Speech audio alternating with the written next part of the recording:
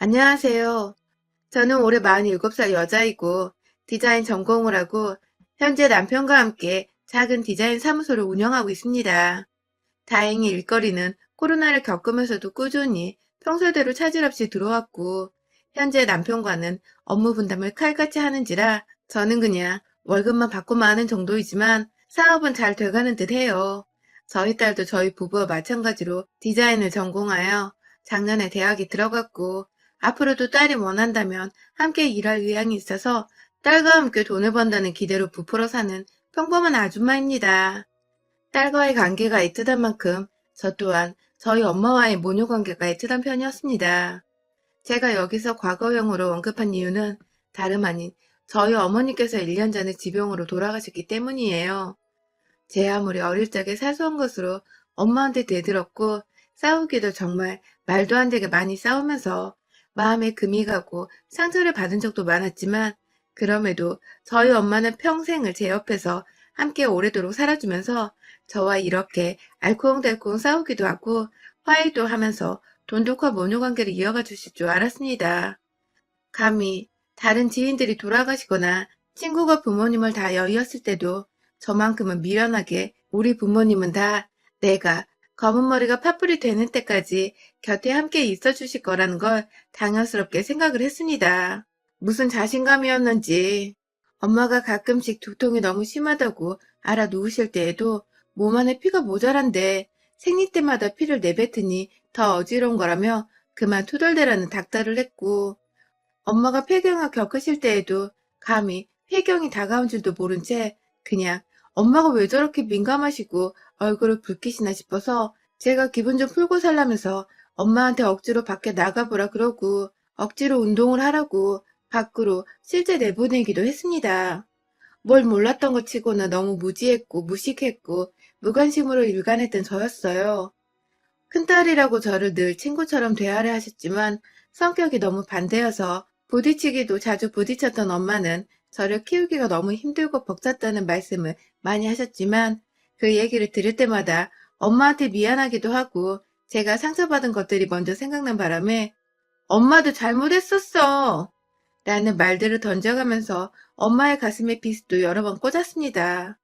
성인이 되고 아이를 낳아 내가 엄마가 되었는데도 불구하고 내 새끼가 먼저이고 내 새끼 돌보느라 정신이 없이 행복해하느라 내 엄마가 어떻게 돼가고 있는지를 미처 파악하지 못했습니다.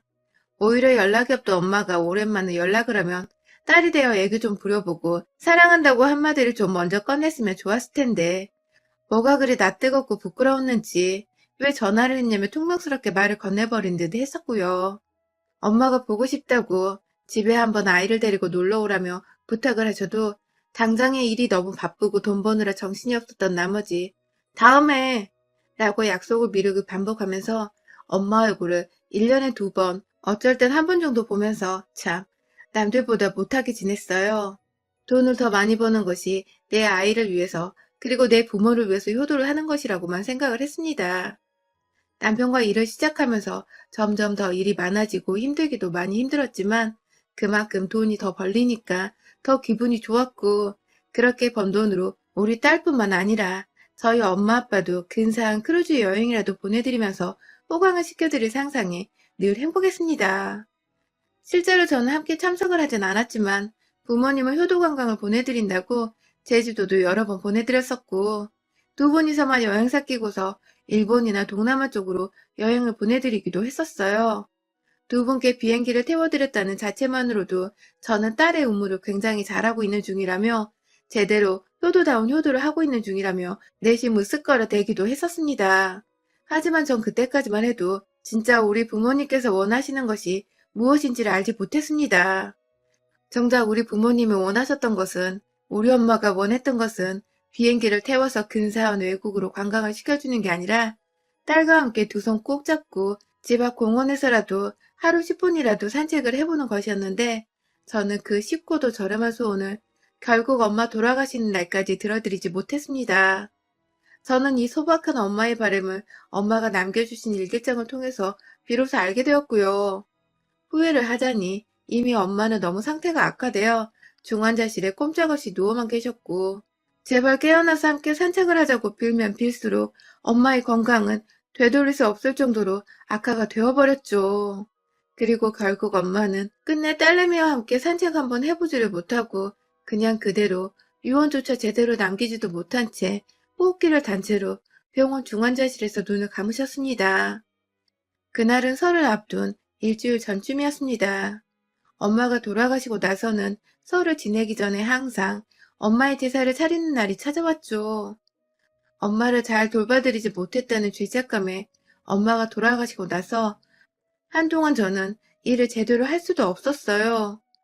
돌아가신 엄마를 다시 살려내려며 애먼 남편한테 화풀이를 해보기도 했고, 남편도 제가 너무 걱정이 되었는지 일을 하지 못하게 하면서 제가 진정할 수 있는 시간을 가질 수 있도록 만들어줬어요.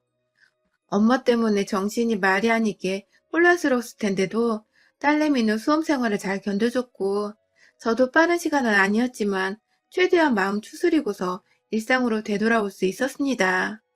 산 사람은 어떻게든 사라진다고 하더니 정말 그렇게 엄마 없는 세상에 익숙해져 가는 제 자신이 가끔 정말 원망스럽기도 했지만 저 때문에 더 힘들어하는 아빠를 보니 저도 더 이상 울기만 할 수가 없더라고요.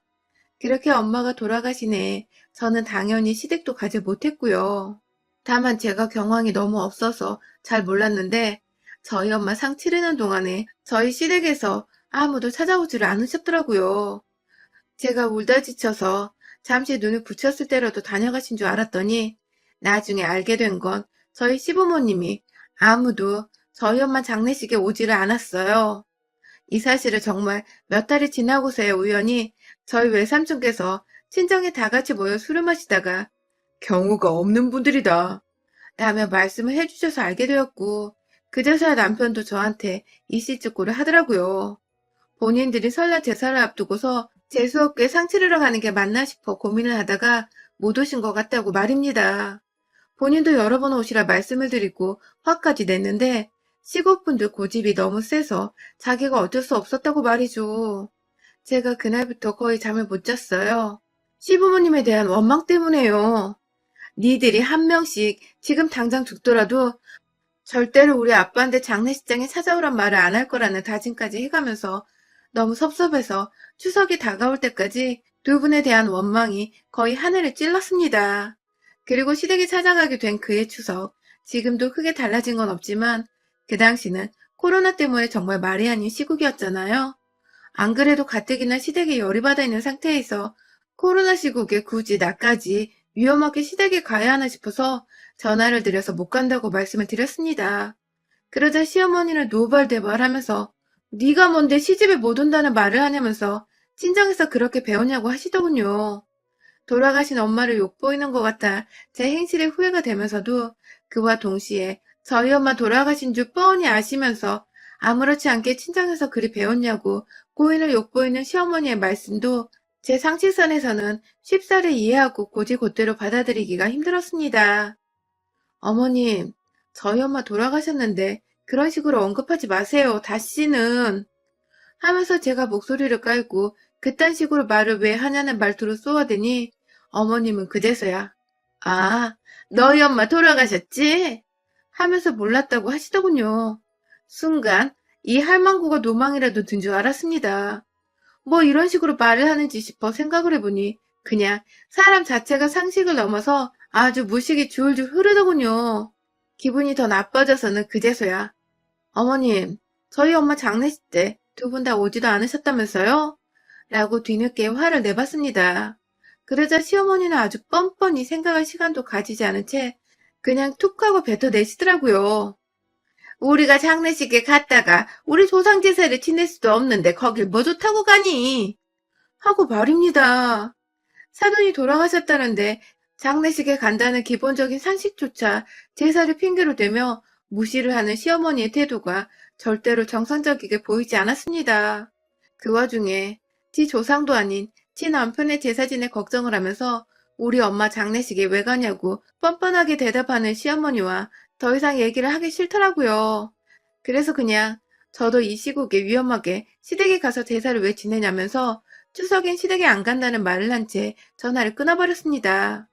그날부터 추석까지 시부모님은 번갈아 가면서 저희 남편한테 전화를 해댔어요.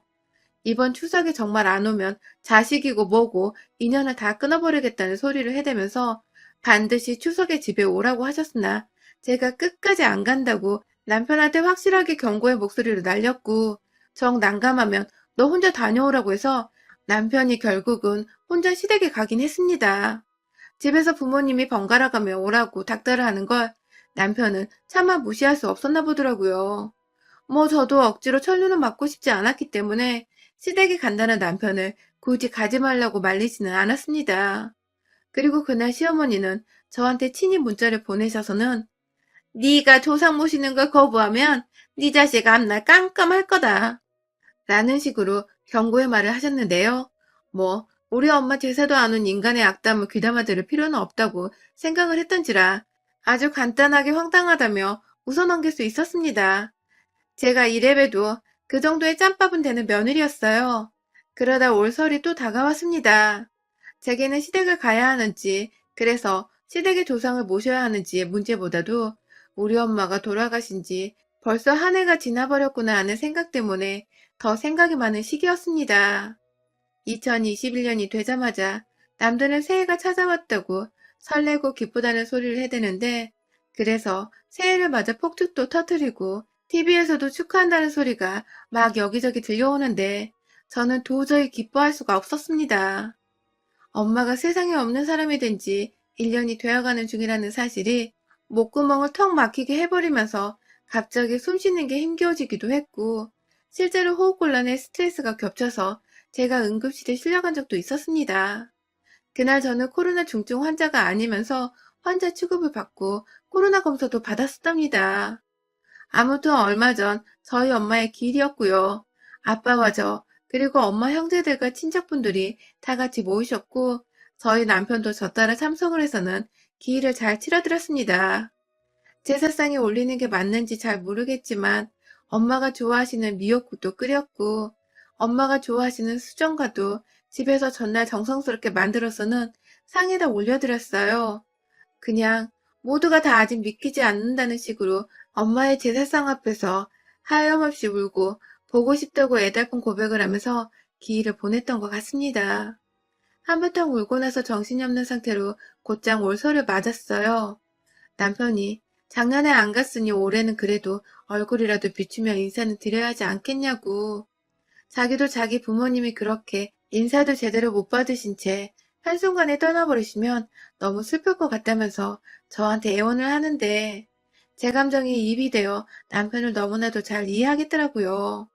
그래서 저한테 막말을 했던 시어머니의 진상 떨던 모습을 까마득히 잊은 채 시댁에 가고자 나름의 준비를 했습니다. 일단은 그간 해왔던 것처럼 미리 시어머니께 전화를 드려서 이번에 뭘 챙겨가야 하냐고, 뭘 미리 만들어가면 좋을지 연락을 드리려고 했어요.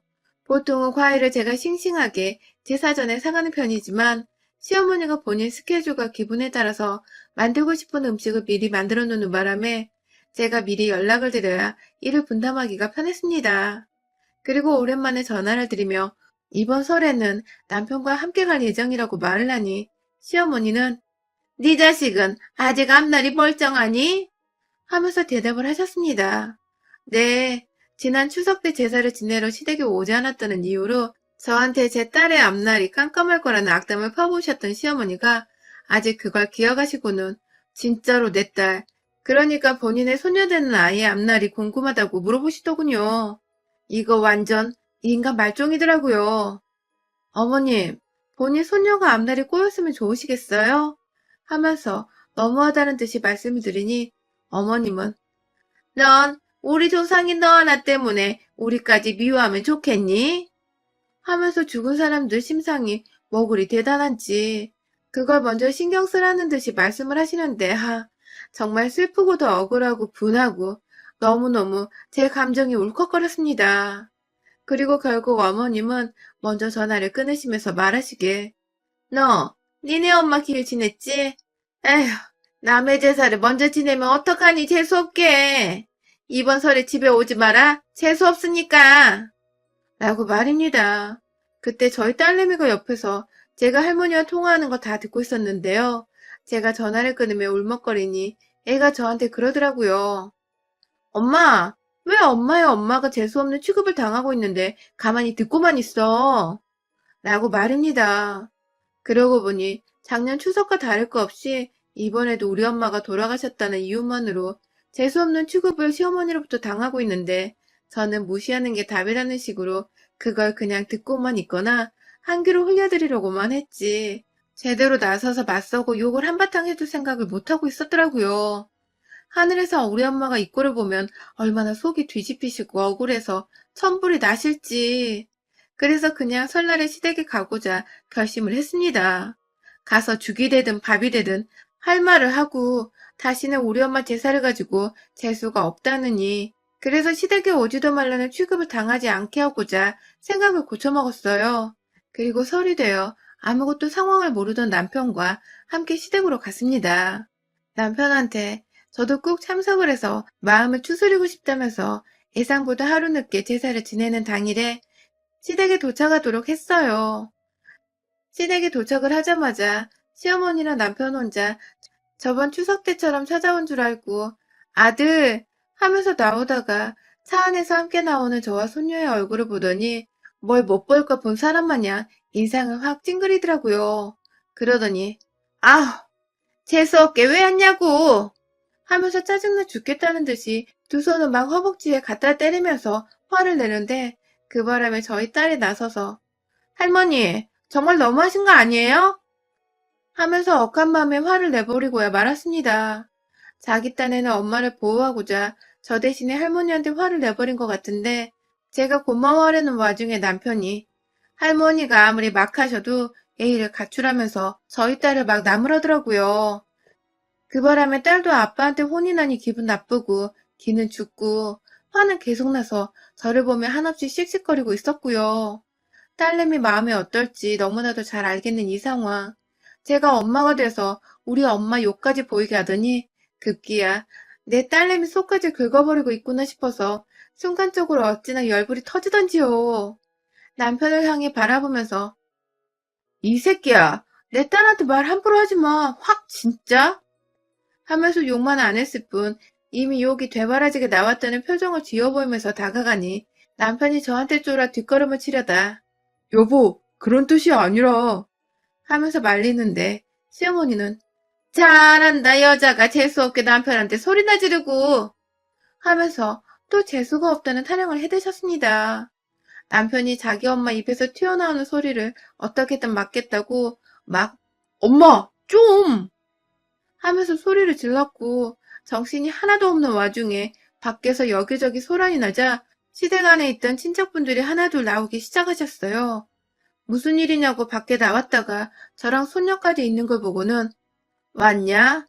하면서 손을 흔드는 시아버지는 뭔가 상황이 되게 어색하고 의아하고 굳이 안 와도 되는데 왔다는 듯이 저를 무의미한 표정으로 쳐다보셨습니다.